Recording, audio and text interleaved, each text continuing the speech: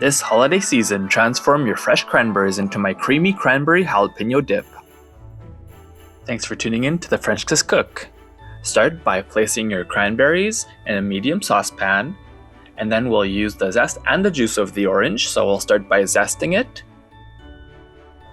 and then squeezing out some of the juice. Then we'll add our sugar,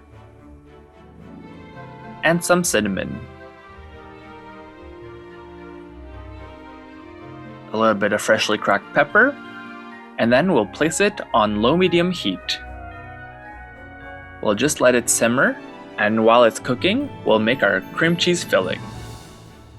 So to your softened cream cheese, add your green onion, and your chopped jalapenos, and your garlic powder.